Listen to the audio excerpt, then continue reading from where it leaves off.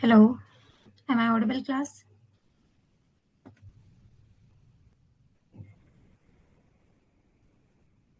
Class?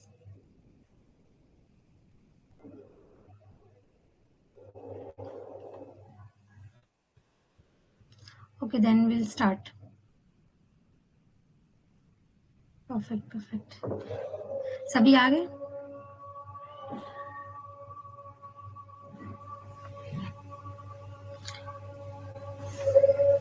Okay then, myself Saiba Saifi and मैंने अपनी LLB DU से की है, then LLM ILI, it means Indian Law Institute, which is Supreme Court College.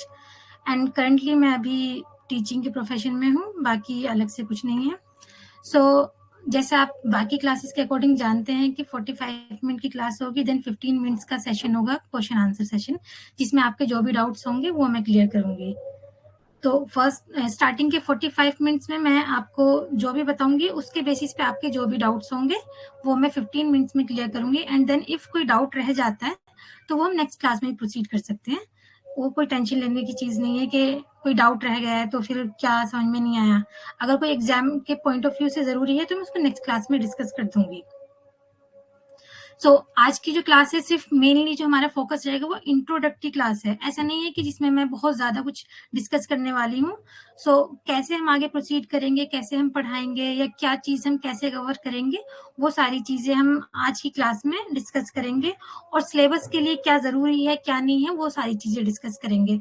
तो सबसे पहले मैं आपको थोड़ा सा ओवरव्यू दे दूं कि एग्जाम के पॉइंट ऑफ व्यू से.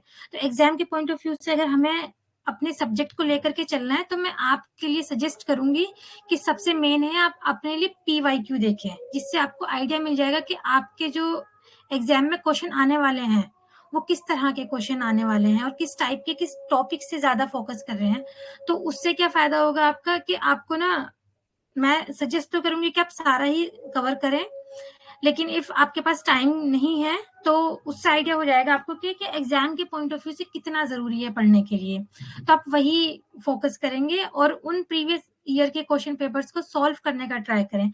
इफ किसी को कोई प्रॉब्लम आती है तो वो ग्रुप क्लास में भी डिस्कस कर सकता है कि मैम ये क्वेश्चन सॉल्व नहीं हो रहा है तो उसको किस तरीके से सॉल्व किया जाएगा.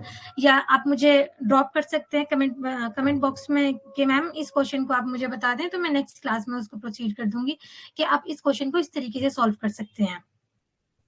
Am I audible?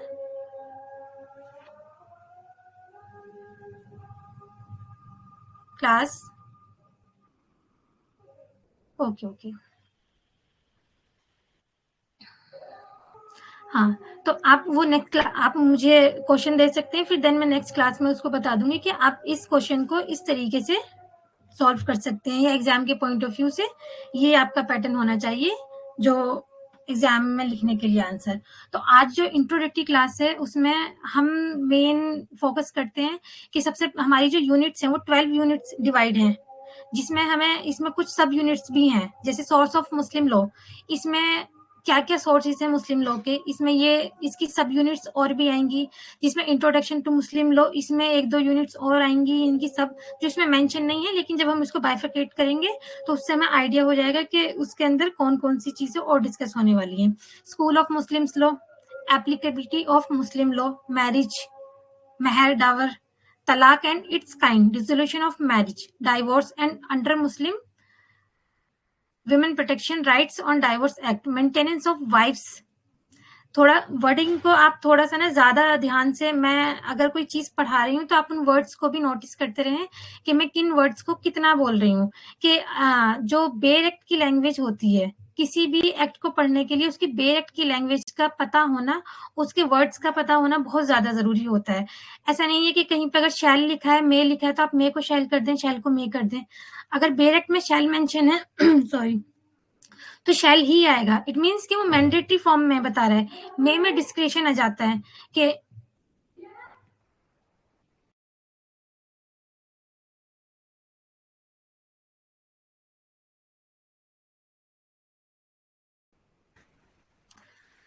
ऐसा नहीं हो कि शैल है तो आप आंसर जब लिख के आ रहे हैं तो उसमें आप शैल की जगह मे कर दें, तो उससे क्या होगा, आपने उस लैंग्वेज सेक्शन की लैंग्वेज को ही पूरा चेंज कर दिया है. तो शैल मीन्स कि लेजिस्लेशन पावर दे रहा है आपको शेल में ही करना ही है एनी हाउ।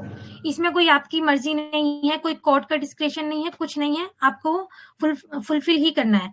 इफ किसी सेक्शन में मेंशन है कि मे कैन, मे में आ जाता है, वो भी मैंडेटरी फॉर्म में होता है, लेकिन ऐसा नहीं है कि जैसे शेल वाला है कि वो आपको करना ही है।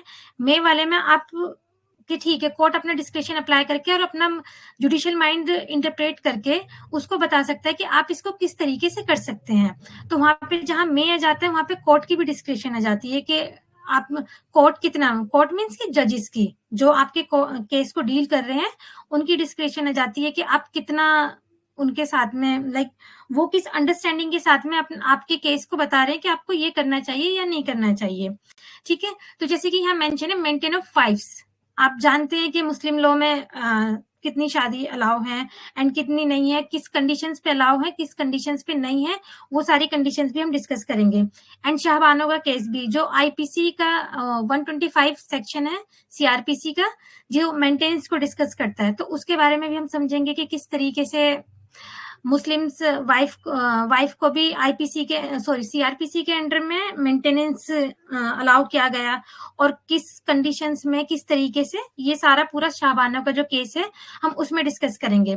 देन विल है, विल माने वसीयत, अपनी प्रॉपर्टी की वसीयत करना, एंड उसमें कितने परसेंट प्रॉपर्टी आप अपनी विल कर सकते हैं, कितनी नहीं कर सकते हैं, और किसको विल कर सकते हैं, किसको नहीं कर सकते हैं, ये सारी चीजें हमारी विल के अंदर जाएंगी। गिफ्ट, गिफ्ट में आप अपनी प्रॉपर्टी को कितना गिफ्ट कर सकते हैं और किसको गिफ्ट कर सकते हैं, तो वो सारी चीजें हम इसमें समझेंगे कि क्योंकि मुस्लिम लॉ का थोड़ा अलग रूल चलता है और हिंदू लॉ का अलग रूल चलता है, तो उसके लिए हम अलग उसको आप मिक्स नहीं करें कि साथ में मुस्लिम और हिंदू को दोनों को मिक्स कर लें, अलग अलग पूरा क्लियर रखना है। वक्फ, वक्फ बोर्ड के बारे में आपने सुना होगा। वक्फ मीन्स अगर लेमैन की लैंग्वेज में कहें तो हम ये बोल सकते हैं कि वक्फ का मतलब ये है कि कोई प्रॉपर्टी ऐसी हो ना जो आपने एक बोलते हैं कि गॉड के लिए दान कर देनी, कि मतलब वो अब चैरिटी टाइप से काम की जाएगी और वो उसी के लिए होगा, तो और कोई उसका यूज नहीं होगा, तो वक्फ वो आ जाता है। Acknowledgement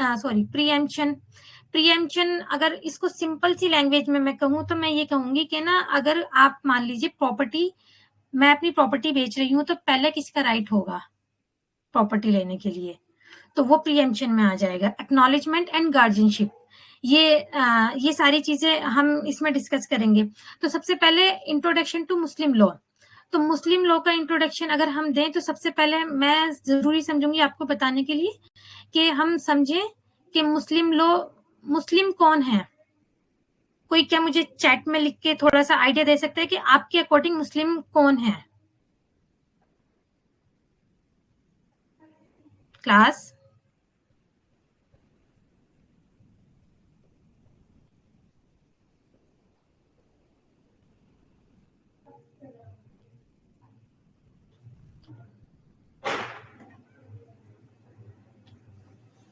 class am I Audible?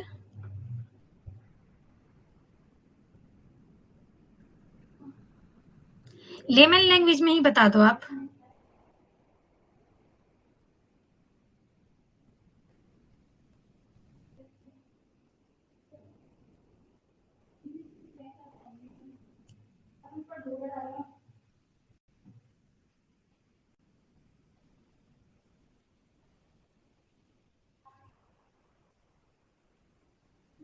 Okay, और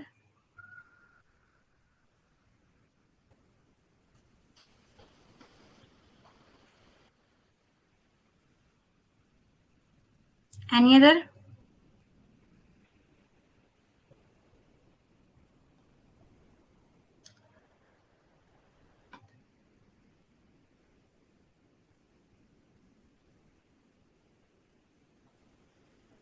ओके,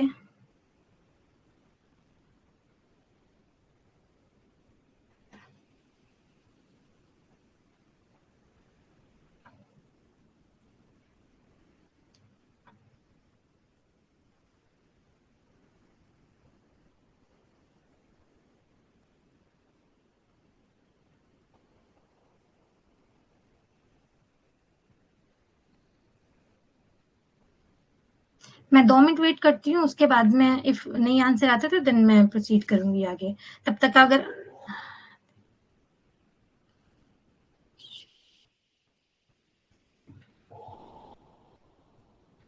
पवन, आप ये they are different from others like Hindu, Sikh, Christian, Buddha, Parsis, पर ऐसे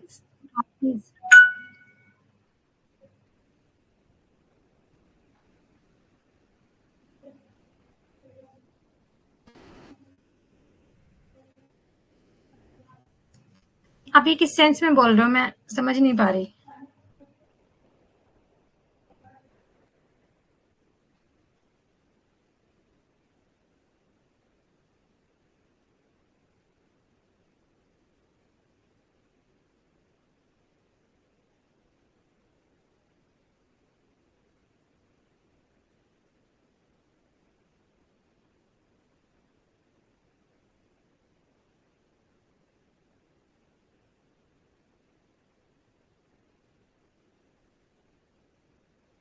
मुस्लिम कहलाते हैं।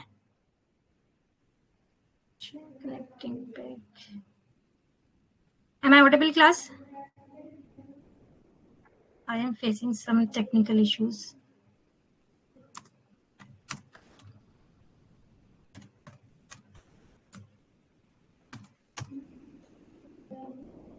Okay.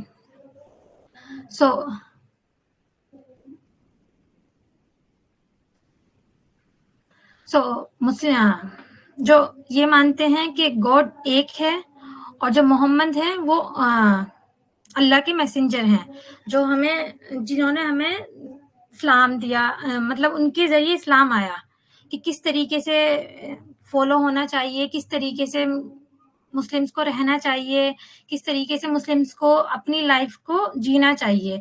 तो ये बाकी सारी चीजें जो बताई जाती हैं वो उसमें मुस्लिम लॉ में बताई जाती हैं कि किस तरीके से रहना चाहिए। और ये सारी चीजें किसके थ्रू बताई गई हमें?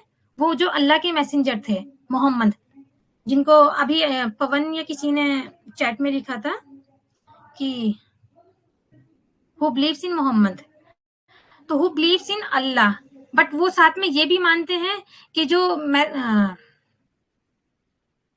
मोहम्मद है वो अल्लाह के मैसेंजर हैं। ठीक है, तो मुस्लिम वो हैं। एंड मुस्लिम किस किस टाइप के होते हैं और कैसे कैसे होते हैं? एक होते हैं जो बाय बर्थ होते हैं, एक बाय कन्वर्जन होते हैं, और एक बाय ओरिजिन भी होते हैं। तो ये सारे किस तरीके से होते हैं, कैसे होते हैं, हम इनको नेक्स्ट क्लास में डिस्कस करेंगे। लेकिन मैं अभी आपको ये बता रही हूँ छोटी छोटी चीजें कि जरूरी जरूरी क्या है और क्या है, हम डिस्कस करेंगे। तो मैं इंट्रोडक्शन के लिए एक पीडीएफ ओपन करती हूँ, अगर आपको विजिबल हो तो मुझे बताना, नहीं हो तो भी आप मुझे एक बार कंफर्म कर देना।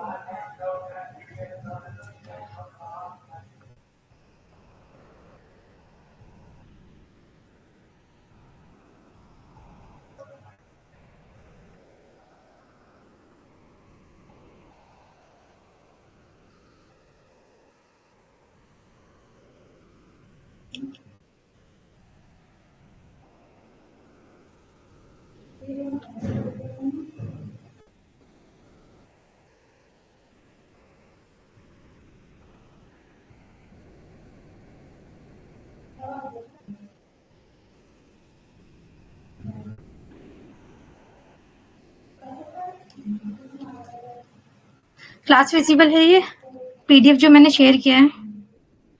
For phone user, phone screen is very small and hard to read.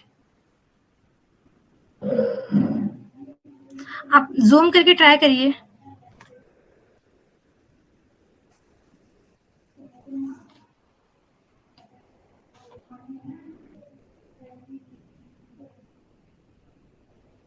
पवन, आप एक बार जूम करके ट्राई करिए, मे बी आपको विजिबल हो सही से.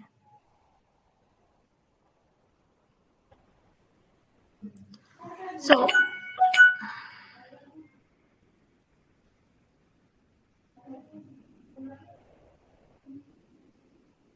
मैं इस डिबेट में नहीं जाऊंगी कि इस्लाम कब से आया कब से नहीं आया. ये हमारे कॉन्वर्सेशन, हमारे सिलेबस का पार्ट नहीं है.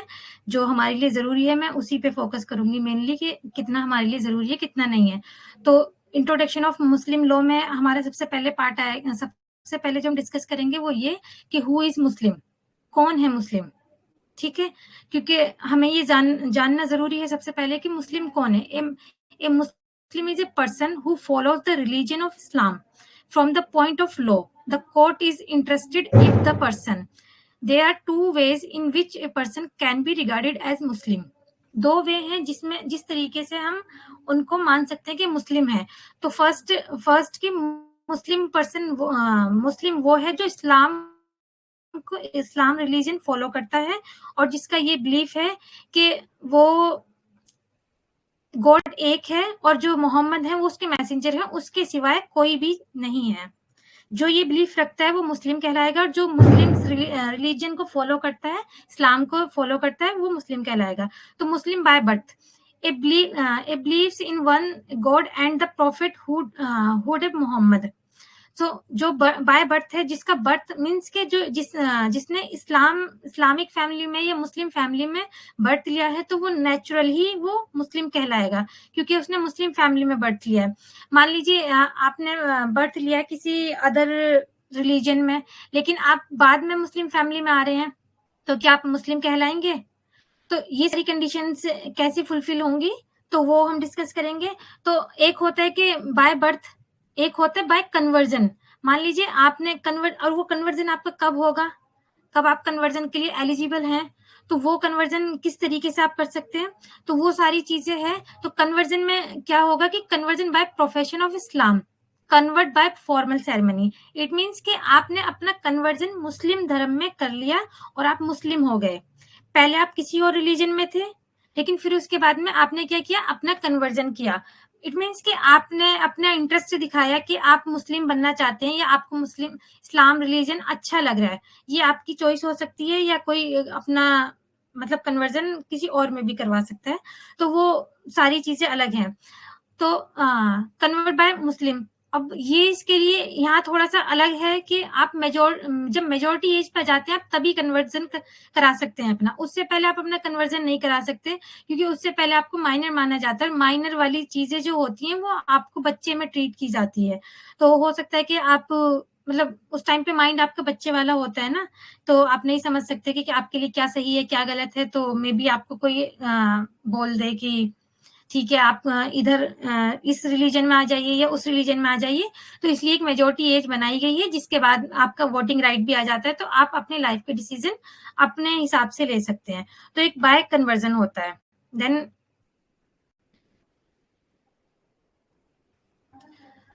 है हमारा source of Muslim law.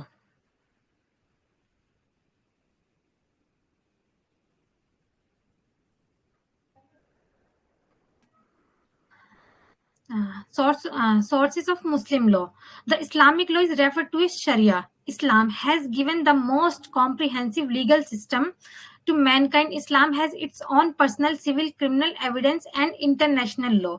There are two types of sources under Muslim law: ancient sources, customary, and modern sources. So मैं एक एक पॉइंट यहाँ पे क्लियर कर दूं कि ना मुस्लिम लोग कहाँ पे, ये एप्लीकेबिलिटी का पॉइंट है वैसे, मैं बट अभी जरूरी समझ रही हूँ बोलना कि मुस्लिम लॉ या फिर कोई भी पर्सनल लॉ कहाँ पे एप्लीकेबल नहीं होते, जहाँ पे यूसीसी यानी कि यूनिफॉर्म सिविल कोड फॉलो किया जा रहा है, वहां किसी भी स्टेट में या कहीं पे भी वो मुस्लिम कोई भी पर्सनल लॉ फॉलो नहीं किया जाएगा, क्योंकि उस स्टेट का अपना खुद का एक सिविल यूनिफॉर्म सिविल कोड हो गया, जिसमें सबके सबके लिए इक्वल लॉ है और सब पे सेम अप्लाई वही होगा, किसी का कोई पर्सनल लॉ नहीं होगा, कुछ नहीं होगा। जैसे कि अभी गोवा उत्तराखंड में है कि वहां पे उनका यूसीसी उन्होंने अपना मतलब जारी कर दिया है, तो वहां पे वो पर्सनल लॉ नहीं अप्लाई करेंगे, वो किसी भी रिलीजन का पर्सनल लॉ अप्लाई नहीं करेंगे। सो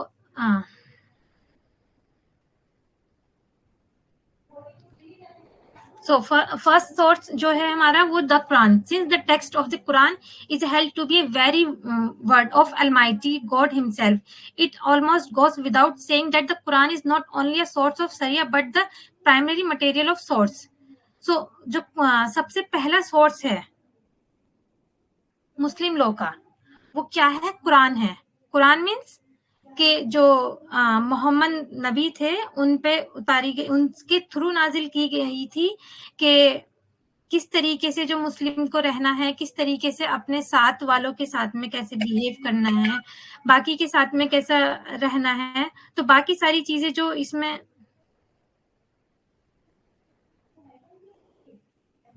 बताई गई थी कि कुरान में ये सारी चीजें टेक्स्ट डिफाइन किया गया है कि आपको किस तरीके से रहना है। So it is criticized that Quran is not a code of law because of two main reasons. Firstly, it's argued that Quran is rather a moral code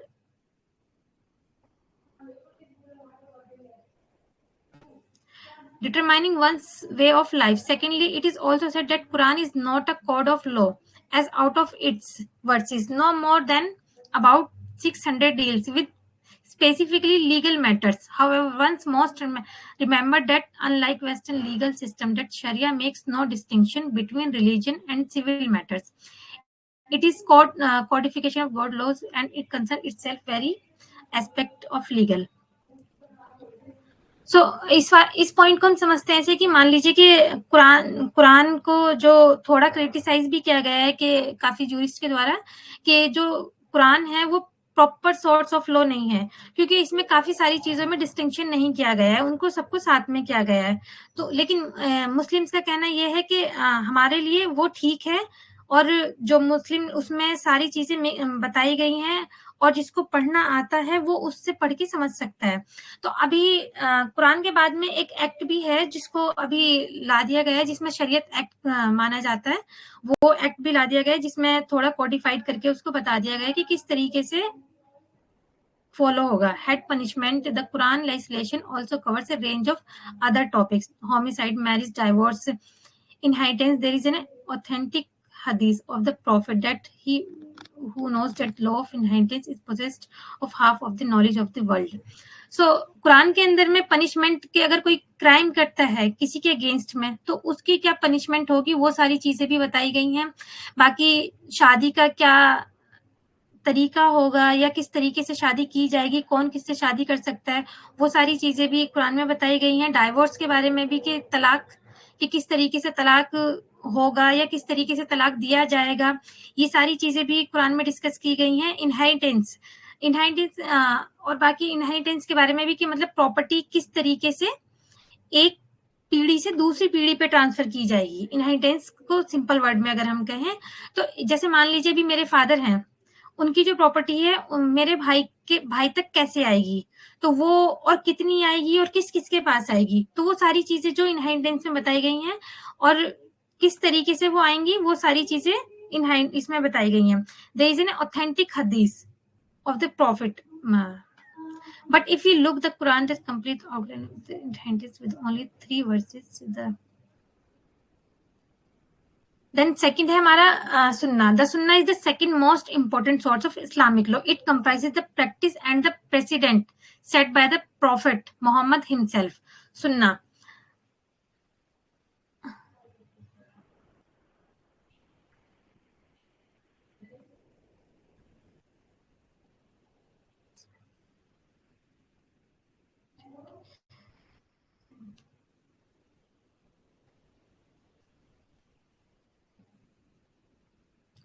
So the Sunnah is the second most important source of Islamic law. It comprises the practice and the precedent set by the Prophet Muhammad himself. So सुन्ना जो है वो second source है मुस्लिम law का, जिसमें ये बताया गया है कि जो प्रेसिडेंट यानी कि उस टाइम पर किस तरह की चीजें, अगर कोई गलत काम करता था तो उसको पनिशमेंट दी जाती थी, तो वो पनिशमेंट कैसी होती थी, तो उसको हम ये कह सकते हैं कि प्रेसिडेंट यानी कि किसी काम के लिए प्रेसिडेंट सेट कर देना कि अगर इन फ्यूचर कुछ ऐसा होगा तो उसके लिए सेम चीज फॉलो की जाएगी। लाइक मान लीजिए कि जैसे आईपीसी है हमारा, आईपीसी में सारे क्राइम डिस्कस किए गए हैं कि अगर कोई क्राइम होगा तो उसकी क्या पनिशमेंट होगी, तो ये सेट हो चुका है, ये कोडिफाइड लॉ है। बट यहाँ पे क्या ये कोडिफाइड नहीं है, लेकिन प्रेसिडेंट सुनना है, प्रेसिडेंट सेट है कि अगर ऐसा कुछ होगा तो उसमें उन केसेस में ये किया जाएगा by the prophet Muhammad himself.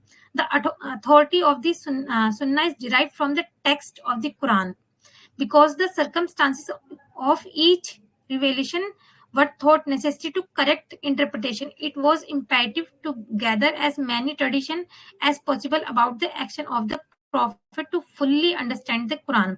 The Sunnah clarifies the ambiguities of the Quran.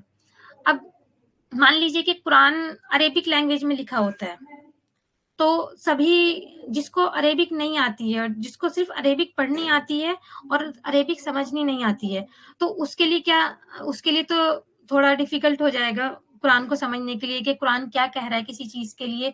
तो उन केसेस में हम किस तरीके से परसीव करेंगे, कि हम कैसे समझेंगे कि हमें क्या करना चाहिए क्या नहीं करना चाहिए। तो उन केसेस में रोल प्ले करता है सुन्ना, क्योंकि सुन्ना में वही चीजें लिखी गई हैं कि जो कुरान में बताई गई हैं, एंड जो हमारे नबी प्रॉफिट मीन्स नबी तो जो करते थे, जो उन्होंने प्रेसिडेंट सेट कर दिए, जो प्रैक्टिसेस वो फॉलो करते थे, वो सारी सुन्ना में बताई गई हैं। और उनकी सारी जितनी एम्बिग्यूटीज हैं, यानी कि जो आपको समझ नहीं आ रहा है, अनक्लैरिफाई है, वो सारी एम्बिग्यूटीज को क्लियर करने के लिए सुन्ना को फॉलो किया जाता है। It makes implicit by providing essential ingredients and details of the act of the prayer.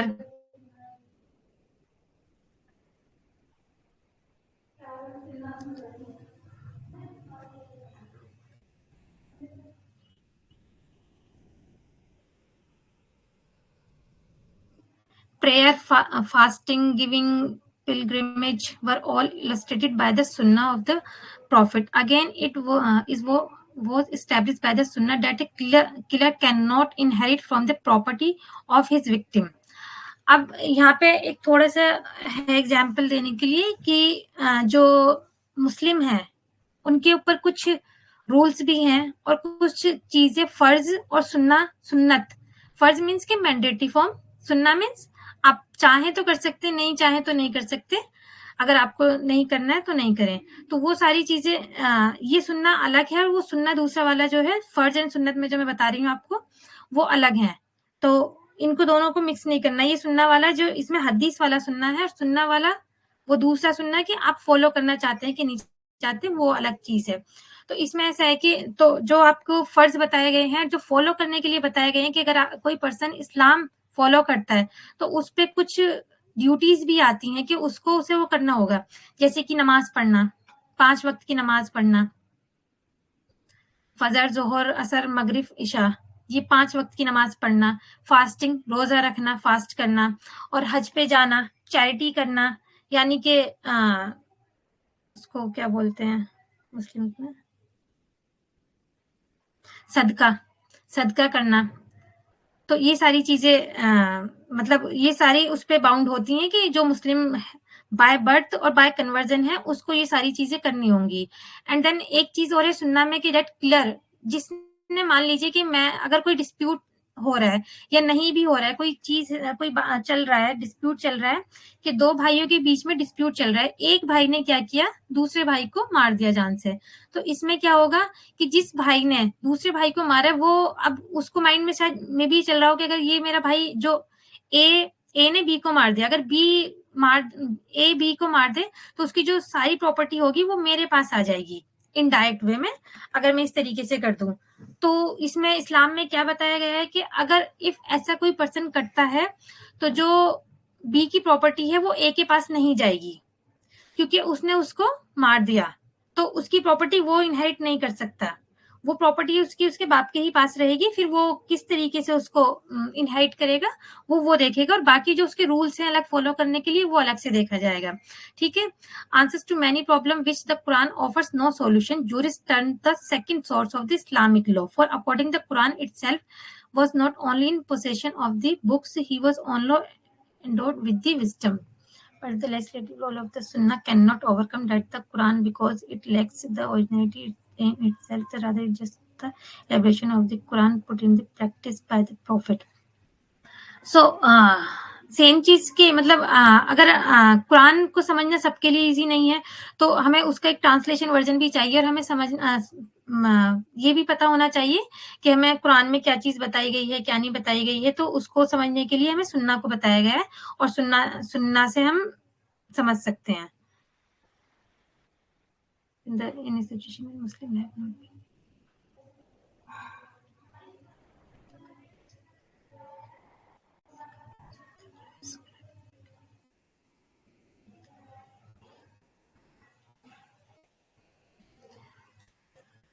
Third है हमारा इजमा। इजमा represent the third source of Islamic law which is more like delegated legislation. अब डेलीगेटेड लेजिस्लेशन में हम थोड़ा सा ना, मैं डेलीगेटेड का मीनिंग एक्सप्लेन कर दूं जिससे आपको समझने में आसानी रहे। डेलीगेटेड का मतलब होता है कि ना, आपने मान लीजिए मेरे पास कोई अथॉरिटी है, अभी मेरे पास क्लास आपको पढ़ाने की अथॉरिटी है, तो मुझे अथॉरिटी दी गई है मिप्स के द्वारा कि मुझे आपको पढ़ाना है। अब इसमें यहाँ क्या आ जाता है कि मेरे पास कुछ पावर्स भी आ गई हैं आपके साथ, मतलब आपको पढ़ाने के लिए जो मुझे उन्होंने ड्यूटी दी है उसके साथ में मेरे पास कुछ पावर भी आ गई हैं। तो उन्होंने क्या मुझे कर दिया कि कुछ पावर्स डेलीगेट कर दी कि आप चाहें अपने तरीके से क्लास में डिस्कस कर सकते हैं। अब मान लीजिए उन्होंने मुझे जो दिया था शेड्यूल, उसमें 1 से लेके 12 तक यूनिट है, जिसमें मुझे स्टार्टिंग से एंड तक पढ़ाना है। तो इसमें मैं अपनी डेलीगेटेड पावर को यूज करते हुए मैं इस तरीके से, जैसे मान लीजिए अगर मैं सेकंड यूनिट को पहले करना चाहूँ, फर्स्ट को नहीं करना चाहती हूँ, तो ये मुझे डेलीगेटेड पावर है कि मैं इसको चेंज कर सकती हूँ अपने अकॉर्डिंग, अगर वो सही है। ऐसा नहीं है कि गलत है तब भी मैं उसको करूं, अगर वो सही है तो मैं उसको कर सकती हूँ। तो डेलीगेटेड का मतलब ये है कि आपके पास कोई पावर है, डेलीगेटेड पावर है, और आप उस पावर के थ्रू देख सकते हैं कि क्या सही है क्या गलत है। ठीक है। इजमा represent the third source of Islamic law which is more likely delegated legislation. Delegated से अभी आपको समझ में आ गया होगा कि डेलीगेटेड लेजिस्लेशन वो किस तरीके से कहना चाह रहा है। सो it is defined as the consensus of the jurist of certain period over a religious matter. It is considered a sufficient means for action because the Prophet of Islam said, "My community will not agree on an error." अब मान लीजिए आपके पास कोई ऐसी problem आ गई जिसका solution आपके पास ना तो कुरान में है ना सुन्ना में है, तो आप उस कंडीशन में क्या करेंगे? उस कंडीशन में आप इजमा फॉलो करेंगे। इजमा में क्या होगा कि आप कम्युनिटी का ओवरव्यू लेंगे कि अगर कम्युनिटी में मतलब कि बहुत सारे लोगों के साथ में डिस्कस करेंगे और सोसाइटी के साथ डिस्कस करेंगे कि इस तरह की चीज है, इसका सॉल्यूशन नहीं है, तो हमें क्या करना चाहिए। तो जो मेजोरिटी में जो सॉल्यूशन आएगा उस पे रिलाय करके उसको प्रोसीड किया जाएगा, क्योंकि जो प्रॉफिट थे उनका कहना ये था कि मेजोरिटी पार्ट में जो लोग होंगे वो गलत नहीं होंगे। मेजोरिटी पार्ट अगर किसी चीज पर अग्री कर रहा है तो जरूरी नहीं है ना कि वो सब गलत ही हो, सही भी हो सकते हैं। अभी तक जितना मैंने समझाया समझ में आ रहा है क्लास, या मैं ज्यादा फास्ट जा रही हूँ या मैं ज्यादा स्लो जा रही हूँ? इफ कुछ भी है तो आप मुझे एक बार कमेंट सेक्शन में करके बता दें।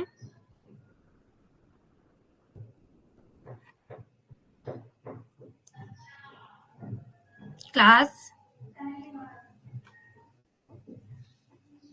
am I audible?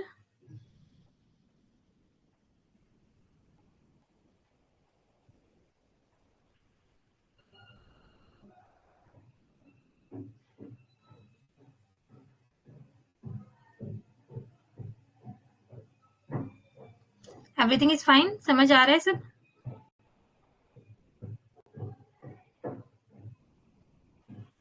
ज्यादा फास्ट तो नहीं हो रहा है ना?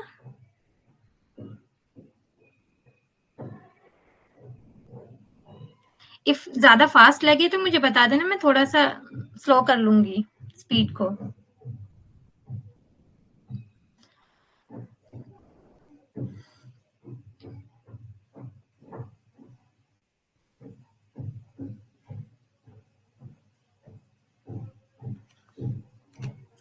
ठीक है, इन बिटवीन अगर कहीं भी कोई प्रॉब्लम होती है तो प्लीज लेट मी नो, मैं उसको चेक करके एक बार कंफर्म कर लूंगी। मेन पर्पस जो है क्लास का वो फुलफिल होना चाहिए, अगर वही फुलफिल नहीं होगा तो फिर क्लास करने का कोई फायदा नहीं है। ठीक है, सो इजमा, a good illustration for the principle of इजमा occurred right after the death of the prophet. No guidance was available on who would now be the political leader. अब यहाँ पे थोड़ा सा इसको समझिए कि ना, सबसे पहला एग्जाम्पल जो इजमा का आया सामने वो ये था कि जब जो प्रॉफिट थे उनके गुजरने के बाद, वफात मीन्स उनके खत्म होने के बाद, अब जो कौन नेक्स्ट गाइडेंस बनेगा हमारा, तो अब देखा जाए तो सबको ये लगेगा कि हो सकता है कि उनके जो दामाद थे वो बनेंगे या जो उनके सबसे ज्यादा करीबी हैं उनको बनाया जाएगा। तो यहाँ कंफ्यूजन आ गई। तो यहाँ सबसे पहला इजमा का जो रोल प्ले होना स्टार्ट हुआ तो वो यहाँ से स्टार्ट हुआ। तो यहाँ कोई गाइडेंस अवेलेबल नहीं थी on who would now be the political leader, जो हमें गाइड कर सके कि क्या करना चाहिए, क्या नहीं करना चाहिए, क्या होना चाहिए। ये सारी चीजें गाइडेंस के लिए इजमा का रोल आया। The election of Abu Bakr to the post of the caliph by the votes of the people was the first manifestation of इज्मा। तो इज्मा के थ्रू जो इलेक्शन किया गया, कराया गया, और caliph Abu Bakr to the post of Abu Bakr का, तो caliph for the post of the caliph by the voters of the people was the first manifestation of isma. Today there are many schools of law in the Muslim community. ये वाली चीजें ना मैं दोबारा से repeat करूंगी, अभी सिर्फ इंट्रोडक्शन के लिए मैं आपको बता रही हूँ कि ना किस तरीके से क्या है। तो आप ये नहीं समझना कि मैं स्पीड में जा रही हूँ या बीच में कुछ चीजें छोड़ रही हूँ तो कि मैम समझ में नहीं आ रहा है कुछ भी। ठीक है, सो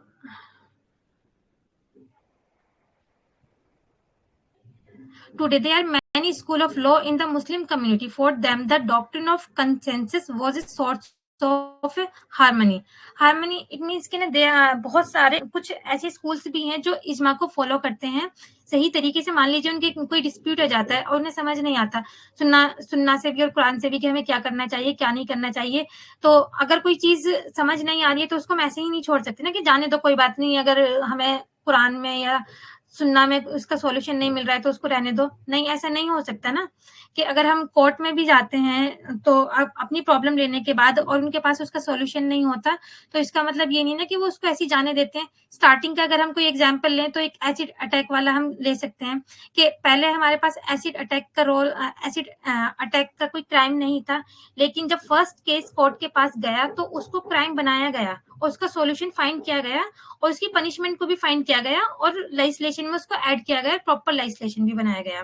तो वैसे ही इसमें है। तो हार्मनी बनाने के लिए मान लीजिए दो लोगों में ऐसा कोई डिस्प्यूट हो गया जिसका सॉल्यूशन सुन्ना और कुरान में नहीं मिल रहा है, तो इजमा उसमें सोर्स ऑफ हार्मनी तो बनानी पड़ेगी ना। ऐसा नहीं है कि उनका डिस्प्यूट लाइफ टाइम के लिए चलने दिया जाए।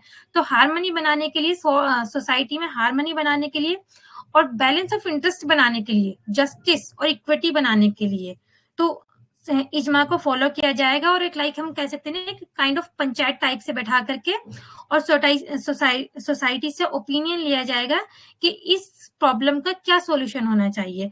तो जो बेस्ट पार्ट आएगा उसे हम एक्सेप्ट कर लेंगे और उनके लिए उसे फॉलो कर देंगे। However the formation of different school of law also had an adverse effect of the instrument of the ijma. In the course of time, it became impossible to obtain a consensus of given problem just by the asking all those learned in Islam law.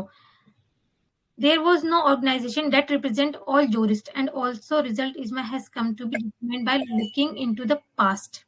The unlike Quran, the authority of the ijma for legal innovation is very limited, and that is why it ranked lower than the Holy Quran.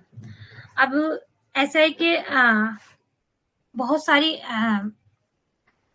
इजमा को बाद में रखा गया। कुरान पहले तो सबसे पहले कि मोस्ट ऑफ द प्रॉब्लम्स का सॉल्यूशन कुरान में है, इफ नहीं है तो सुन्ना आ रहा है, अगर उन दोनों में भी नहीं है तो इजमा आ रहा है, तो इजमा में इजमा के थ्रू के डेलीगेटेड पावर के थ्रू हम उसको समझ रहे हैं। तो इसीलिए इजमा को कुरान और सुन्ना के बाद में रखा गया है।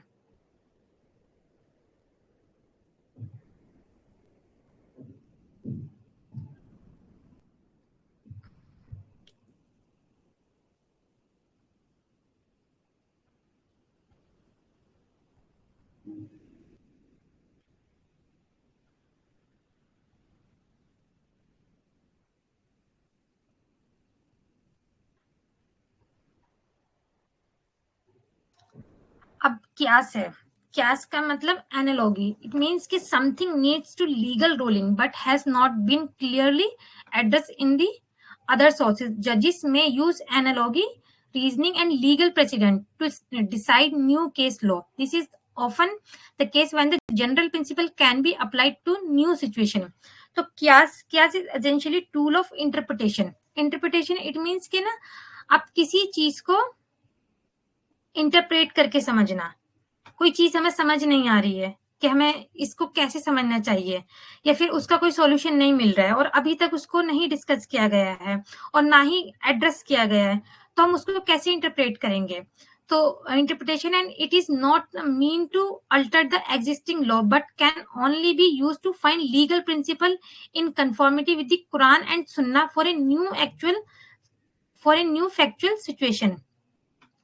सो जो एग्जिस्टिंग लॉ है उसको अल्टर नहीं करने का मतलब ऐसा नहीं है कि जो एग्जिस्टिंग लॉ है उसको अल्टर करना है, बट क्या है जो एग्जिस्टिंग लॉ है उसी के साथ में हार्मोनियस करते हुए उसी के साथ में बैलेंस अप्रोच अप्लाई करनी है और हमें एक इंटरप्रिटेशन निकालना है कि किस तरीके से उसको समझा जाए। So an example of this procedure can be found in the prohibition of alcohol. The drinking of wine is one of the Quranic crimes against religion. With the appearance of the other school, drink unknown to early Islam, the jurists extended the prohibition of wine to include such drink by analogical detection from the Quran ruling. अब यहाँ पे इसको थोड़ा सा समझते हैं। अब मान लीजिए कि ना कुरान में शराब पीना मना बताया गया है। अब शराब पीना मना बताने का रीजन थोड़ा सा अलग है, ये वैसे सिलेबस में नहीं है, मैं थोड़ा सा बताऊंगी बस कि शराब पीने के बाद इंसान नशे में हो जाता है और उसे होश नहीं होता कि वो क्या कर रहा है क्या नहीं कर रहा है। तो उस टाइम पर जो उसका माइंड वर्क करता है उसे खुद नहीं पता होता कि वो किस तरीके से वर्क कर रहा है किस तरीके से नहीं कर रहा है। तो उस टाइम पर वो इस तरह की चीजें भी, इस तरह के जिना, इस तरह के गुनाह भी कर सकता है कि जो उसे वो होश में आने के बाद उसको एक्सेप्ट भी ना कर पाए खुद भी कि मैंने इस तरह की गलतियां भी की हैं।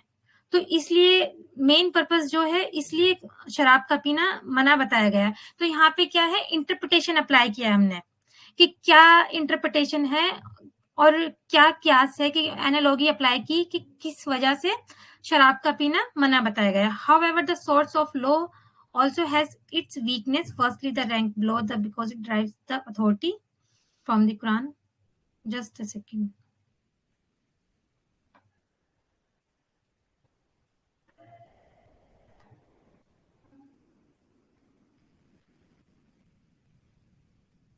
देन है हमारा कस्टमरी सोर्स।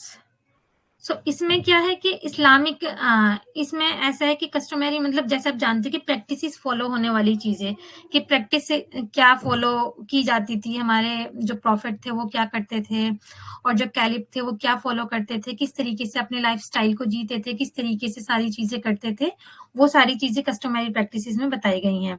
तो it is early stage Islamic jurisprudence was heavily inspired by the prevailing customary law. तो स्टार्टिंग में ऐसा था कि मतलब पहले तो ऐसा नहीं था कि सारी चीजें रिटर्न में थी। पहले जो प्रॉफिट थे उनको देख करके ही लोगों ने स्टार्ट किया था। तो practice of the caliph, the decision of the judges and tradition of the people. But even then the Quran acted as a mentor guiding the people. For instance, Caliph Abu Bakr made alms payment compulsory in the light of the Quran. Judges did equity by seeking the guidance of the Quranic verses, and was under verses 3 of Surah Al-Nisa that the customary right to unlimited was the curtail only the maximum of। ये सूरल नीचा वाला part में, जब marriage वाले part में आएंगे हम, तो उसमें मैं डिस्कस थोड़ा ज्यादा करूंगी। अगर मैं अभी डिस्कस करने लगूंगी इसको, तो ये बहुत ज्यादा डिटेल में हो जाएगा और वो पूरी एक क्लास चली जाएगी उसमें, और क्लास में डाउट्स भी ज्यादा हो जाएंगे, तो इसलिए मैं इसको अभी डिस्कस नहीं कर रही हूँ। मॉडर्न सोर्सेज भी हैं। So in modern sources find that the law occasionally supplemented by other principles as follows. The summarize the is the Hassan Jewish preference is the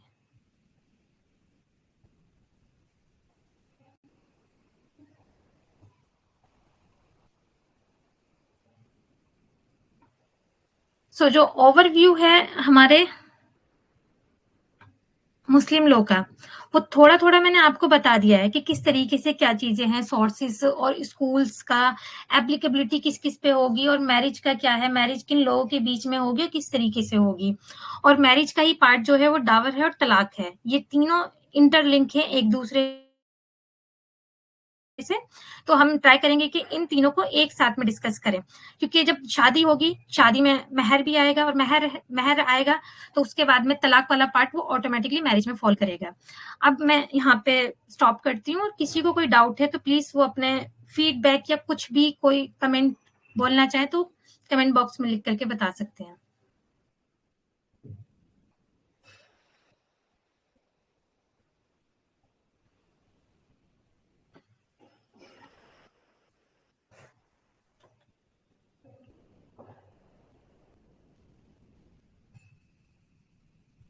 class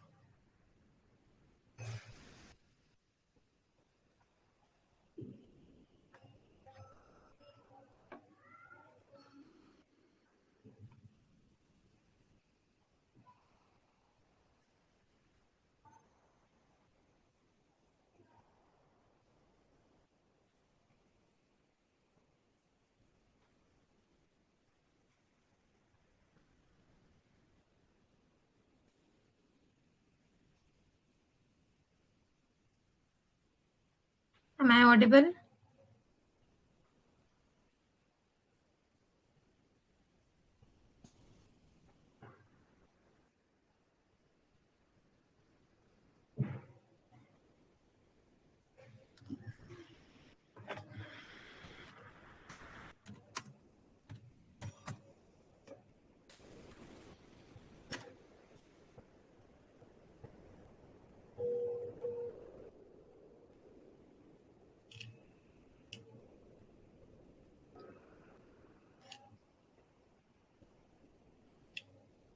am I audible class? At least कुछ तो बोलो।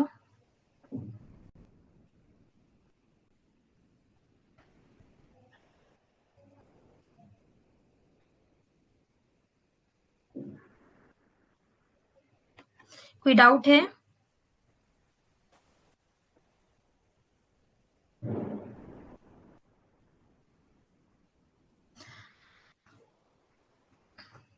ये आपका doubt session है 15 minute का, तो if कोई doubt है तो आप चैट में लिख करके पूछ सकते हैं मेरे से,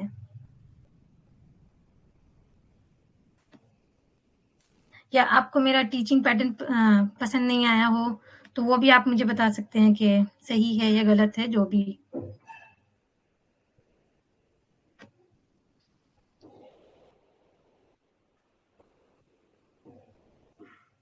10 मिनट है अभी हमारे पास।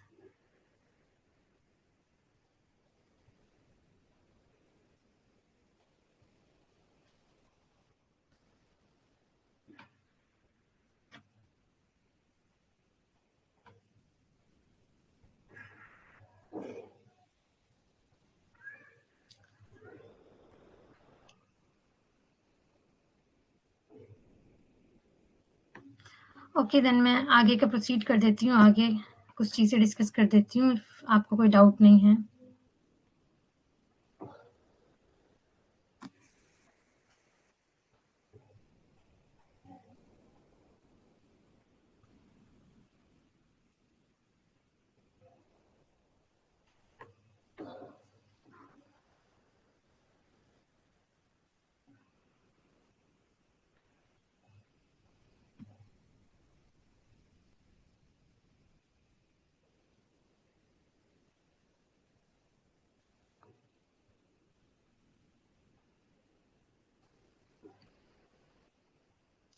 पीडीएफ विजिबल है?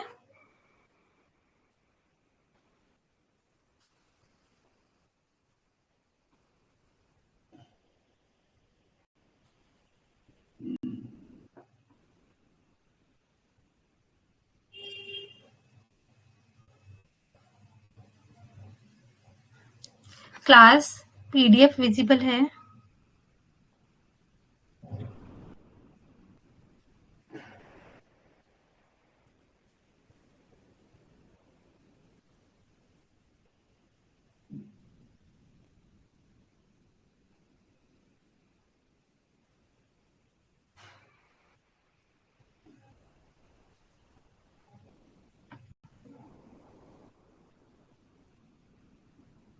ठीक है, मैं कुछ क्वेश्चन रेज करती हूँ, आप उनको चैट बॉक्स में आंसर करना। और ये मैं अभी जितने स्टूडेंट हैं क्लास में, सभी से मैं क्वेश्चन कर रही हूँ। तो अभी मैंने बताया था कि हु इज मुस्लिम, आप उसका मुझे आंसर लिख करके बताइए। लेमन लैंग्वेज में भी लिख सकते हैं आप, जरूरी नहीं है कि बहुत फैंसी लैंग्वेज होनी चाहिए। आप इन शॉर्ट में लिख करके मुझे उसका आंसर बताइए। एटलीस्ट मैं देखूं आपने क्लास में कितना अटेंशन पे किया है।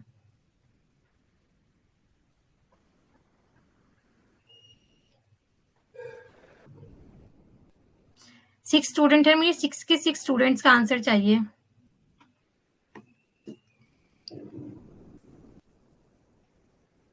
With in 2 minutes.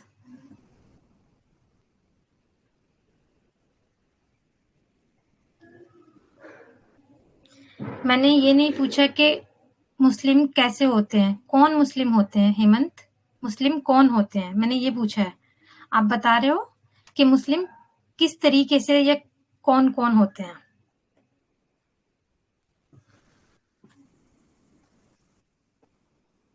Other students?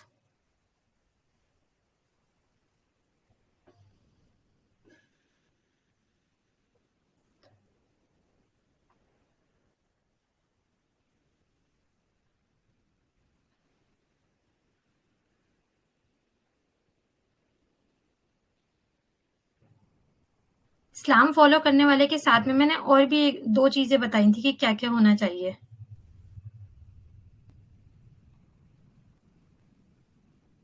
Other students? अगर आप इतना कम इंटरेस्ट दिखाओगे तो फिर मुझे भी पढ़ाने में अच्छा नहीं लगेगा। अगर समझ नहीं आ रहा है तो आप मुझे बोल दो कि समझ नहीं आया है मैम, रिपीट कर दो, मैं रिपीट कर दूंगी उसको।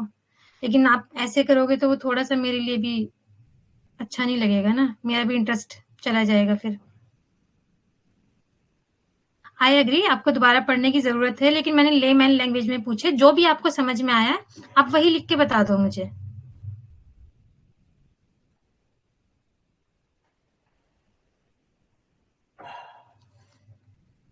कोई डाउट है तो आप वही रेज कर दो, मैं दोबारा से रिपीट कर दूंगी उसको।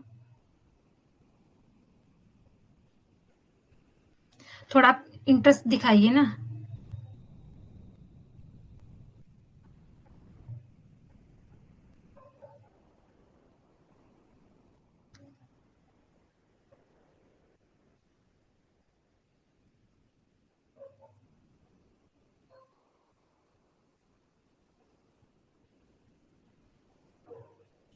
तन्नू, पवन कुमार शर्मा, सुनील, सुनीलम, यामिनी, गायत्री।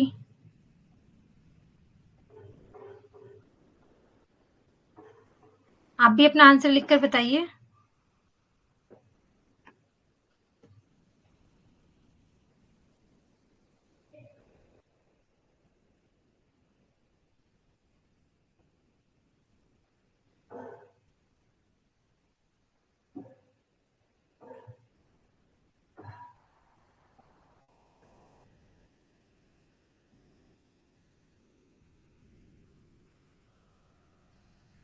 सुनीलम, सुनीलम, सॉरी मैं आपका नाम सही से प्रोनाउंस नहीं कर पा रही हूँ, सुनीलम है या जो भी, सॉरी।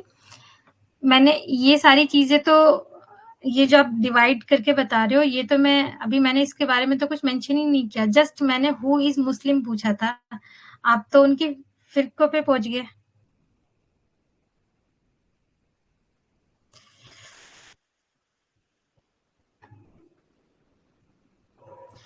मुस्लिम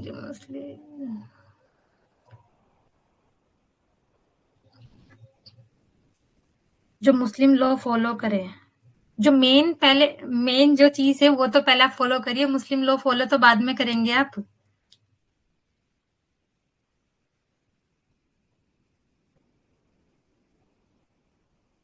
ठीक है, मैं दोबारा से नेक्स्ट क्लास में ये सारी चीजें डिस्कस करूंगी और थोड़ा इस बार डिटेल में और स्पीड, मतलब जो बाकी अपना जो यूनिट वाइज है उसको हम डिस्कस करेंगे। तो आप इसको पढ़कर आना फिर से स्टार्टिंग से। सो हमारे फर्स्ट यूनिट क्या है मैं एक बार उसको बता देती हूँ, हम उसी से प्रोसीड करेंगे। ये जो 3 यूनिट है, एक सेकेंड, आपको पीडीएफ विजिबल है ना? अभी जो सिलेबस का पीडीएफ में दिखा रही हूँ, जो ये मैरिज यूनिट 5 और 7, ये 3 5 से 7 तक जो यूनिट है हम उनको साथ में डिस्कस करेंगे। बाकी जो इंट्रोडक्शन टू मुस्लिम लॉ है इसका आप थोड़ा पढ़कर आना अपनी साइड से, साथ में sources of Muslim law.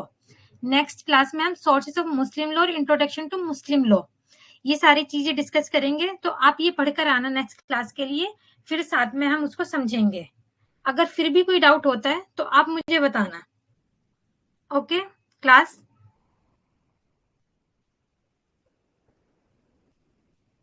Class at least yes no तो बोल दो।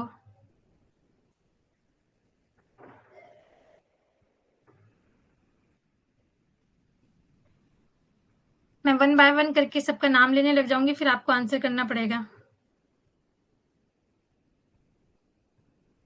Okay, first and second unit आपको पढ़ के आनी है। Done for the today. Okay okay, thank you. You may leave now.